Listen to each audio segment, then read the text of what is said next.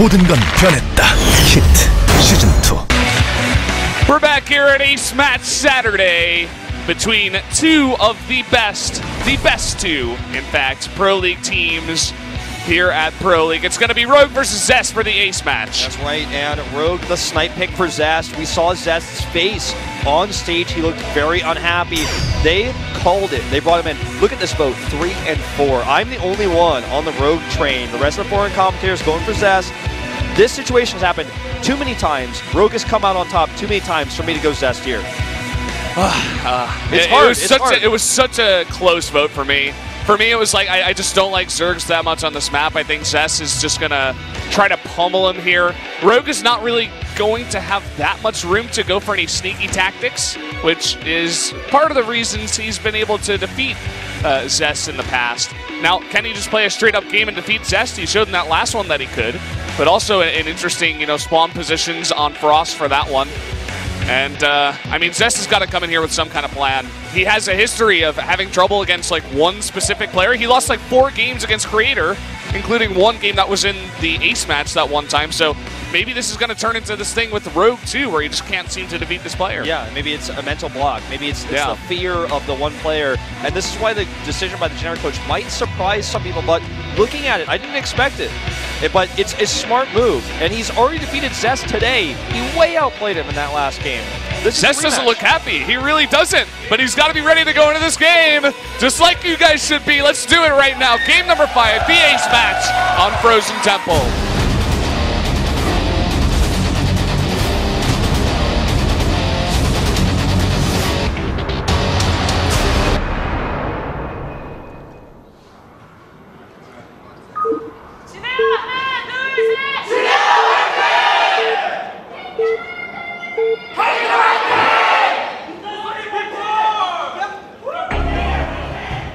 Up here in the top left, in the green for the generic Green Wings, the Zerg player, it is Rogue. And over here to the bottom right, in red, his opponent, it is Zest. Proclaimed by many to be the best player in the world. Feel your victory. Can't feel it yet, but we're getting close, maybe. Many proclaim Zest to be the best player in the world. He is the most recent GSL champion. And yes, he didn't win Star League as well. But Dark has fallen off significantly since he won the SSL, which was also during a time of a new meta that he and Rogue, the two players, actually kind of mastered and played better than anyone else. When no one else was really sure how to deal with it, stats failed there. But when you look at Zest, he was the more recent champion, and he has the better results in Pro League recently. So by stats alone, you could say he is the best player in the world, but maybe he has a block against Rogue. We saw this happen earlier on maps that were bad positions for Rogue. He made all the right choices. Rogue is just such a smart player. We talk about this a lot. Like, Zest is just so clean, right? He's got all his mechanics down. His macro is fantastic. His micro is fantastic, But Rogue is just, he's a thinking player. He really thinks about the way to defeat Zest. And he's done it before. He's done it against other players. He always brings the crazy builds for the best of ones. And even here, another great read. He's like, no, I know you're going to come over and pile and block me again. I'll just go gas into pool right away. I'm not even going to waste my time. Yeah. We're seeing the same thing we saw before. He's going to keep the drone here. Starts the third hatch. We fly to the victory. Another Genericide fan. So, yes, I feel like we have seen this before. This is basically identical openings with a small optimization by Rogue, as you mentioned. We'll probably see the Cybercore block on the way out. In fact, because of the quicker spawning pool, it's quicker spawning pool, I guess he's not even really giving that much consideration to it. Okay, he's coming back now. He will do it, I'd say. He thinks about it, he's like on the fence about it. I think he wants to see how many lings are made, and he's like, 4 lings, it's too late. No, he's gonna do it, baby. I think he's gonna, no, not quite. That was some really indecisive moves, I'd say, by Zest. Some people might be going, well, he's like trying to trick him. I don't think so. I think that was just pure indecision. He wasn't sure. He decided not to do it. He made the choice. This is not a game-winning or losing choice anyways. But yeah, he decided not to do it at the end of all things, which is interesting. So already, not only did Rogue have the faster pool and the faster reaction this time, but without a core block, the hatch goes up much faster. And it's already a better opening for Rogue than it was in the previous game, which is one of the issues in the last game. Rogue, I'm struggling through that early to mid game. Very fast Overlord speed as well this time. Yeah, wants to get that out, make sure he can scout anything that happens on this map. It is a 2-player map, so Zest could pull out something insane. He already used his Shade here. It's about to be available, but if there were more Lings, that could have been scary, yeah. So he's going to Shade back now with the Queen. You know, maybe Zest wants to try for 1 drone, but nice micro here by Rogue. Forced to Shade back. Looks like he's going to rotate these Adepts out. Spending Chrono on Warp Gate research, and you know what? He's added 2 very quick gateways here. He is doing a Warp Gate timing attack here. Probably going to just be 3 gateway Adepts to really put a hurt onto that third base. And this third base we talk about all the time. He said it's a hard map for Zerg. It's so far away from the natural. There's no way there's going to be creeps between these bases. And if he doesn't get a read on this, he might just simply die. That's why the Overlord speed is so important. The Adept is going to die, though, which is a really nice win there for Rogue. And he is going to get the scout here of the Chrono, at least, and now he's going to see the 3 gates. And now he just wants to get the Warp Gate research out fast to make extra units to defend this third base. I was thinking maybe a little bit of pressure at the third of Rogue, but so far just Adepts into a faster third. I think this is also somewhat of a reaction to the fact that he was scouted, but I also think that he is going to do several Warp-ins to hold his third, and then he's going to send those same units to attack. Here's the first of such Warp-ins, 3 Adepts coming in. He'll probably do 2 more of these and then set up for the attack. And this is something that the Overlord is scouting. He's scouting everything. And this is one of the weaknesses of Adept, pure Adept builds with no Stalkers. You can't even deny Overlords. Now we're going to have a Droverlord here. The Evolution Chamber just finished. Look at that timing.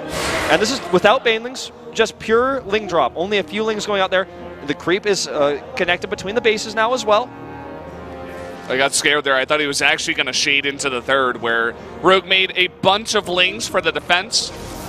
And now, I mean, Zest, he just needs to kind of see this coming. He's not going to be able to see it directly. He just has to feel it, but nothing in the main just yet. There's nothing to spot for this, and I think he's going to hit that third base. He might even be able to kill it while these Lings attack. He's going to have to make tough choices. 3 sentries just warped in. Let's see if they're enough. Here's the Lings in the main. The third base is under attack. The sentries are surrounded. Oh, no!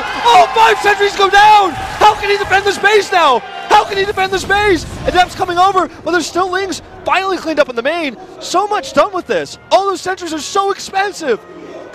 We lost 5 sentries. 5! That's so many sentries. And he is going to go for another big drop here. Yeah, and this is going to start to snowball out of control potentially if he just keeps rallying units. Well, it looks like he wants to hit at the same time. Just a lot of harass coming in here. Like that one Adept, those 2 Adepts, if he just actually goes back and brings the rest of the Lings, that's not enough. Yeah, it looks like Zest has held on to this. Nice defense, even at the front, too. Good positioning on that Mothership core. And he doesn't, you know, outside of the sentries, which is obviously a very big hurt for him, he doesn't take too much damage to his economy, so he's sticking in this one. Rogue has not taken a 4th base yet, and the only tech that he's really gotten is the Lair and the Roach Warren out here. Looks like he wants to go for a follow-up Ravager attack with Roaches. With the damage with the sentries, that gas damage is pretty extensive, right?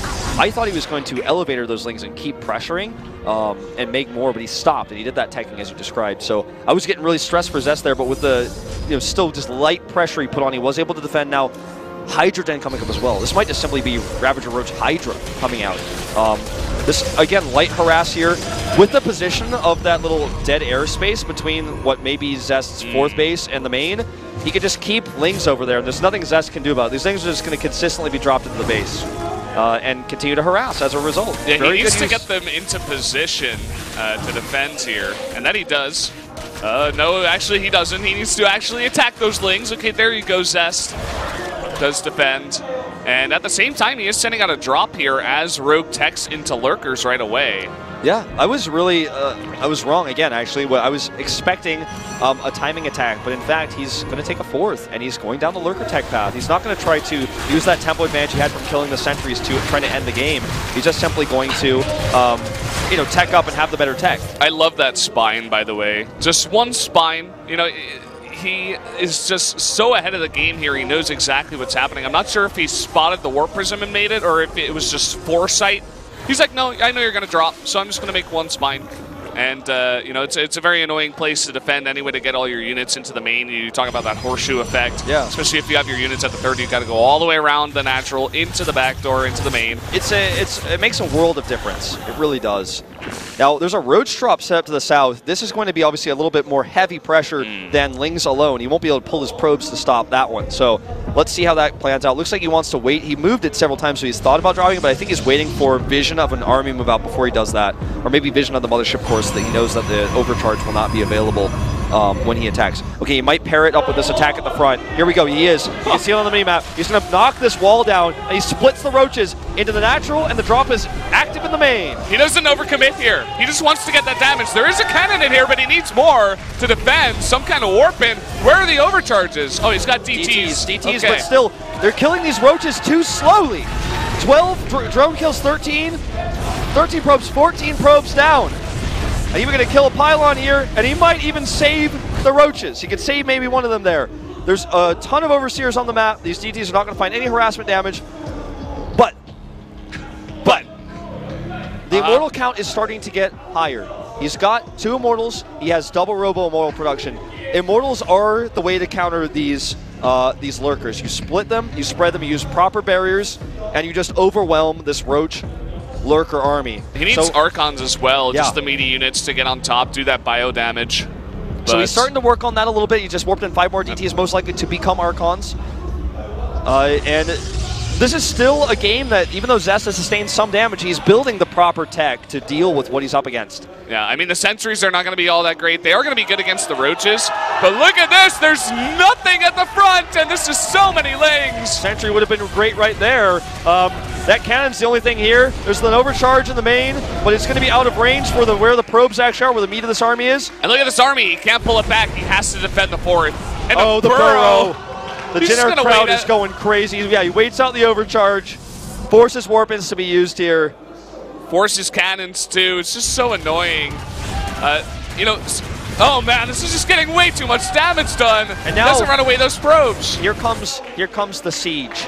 The lurkers are moving across the map. If he gets in position to cut off the units and cut them in half, this might just simply be game-ending damage. Look, he's not only at the mineral line, but he's in between the bases.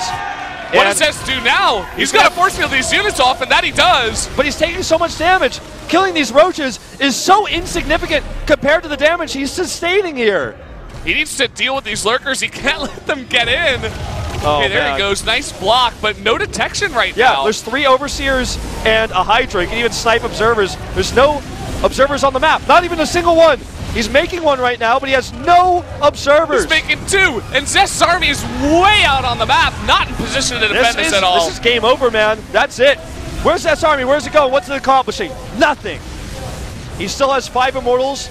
Meanwhile, back at Rogue's base, he's got so many drones and is totally fine. There's no damage being done there at all. And unless Rogue threw his entire army away, even then maybe Zest wouldn't be able to win the game. This is just way too much Zerg. Only 6 lurkers, but it's enough AoE damage. Again, this is the power of the Immortals, though. Changeling's down here as well, but this is just an overwhelming force. Zest does not have enough. The Hydras are pushing through. I don't even think he can survive this. More roaches coming down. I think that's going to be it. Look at his face. He knows he did it. Hands off the keyboard. GG! Rogue takes the win and gives Jinner the win as well. Jinner will secure first place. They have the better indicator now as well. Sick plays today from this team. An excellent decision by the Jinner coach to send Rogue out instead of Maru. A decision that shocked even Zest. You could see it on his face. And it secures them the win tonight. Now, Jinner has won 2. Well, they haven't won the round yet, but they won the last round. They've beaten the best team, the team that was in first place. They've taken first place. They're hungry to go to Shanghai. They want that round 3 win.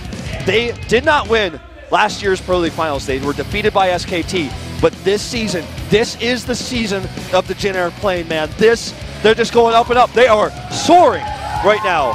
Literally. Quite literally. This is definitely the best team in Pro League right now. They proved it tonight against the other best team in Pro League right now. They do it in the ace match too. It's Rogue getting 2 wins over Zest tonight, the quote-unquote best player in the world. Defeated, countered by Rogue. Good placement on Frost. Look, if you go up and look at Zest's stats and how often he plays Frost, like, it's already like burned into the screen when KT plays Frost, even from Heart of the Swarm times.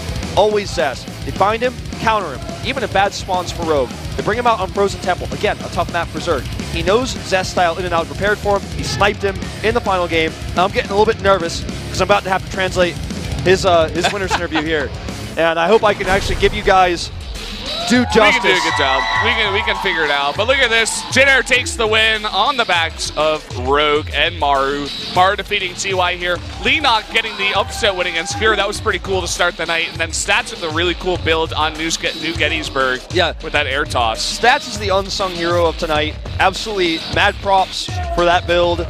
I love to see innovation on new maps. And that map is now my favorite map next to King Sage Station, of course.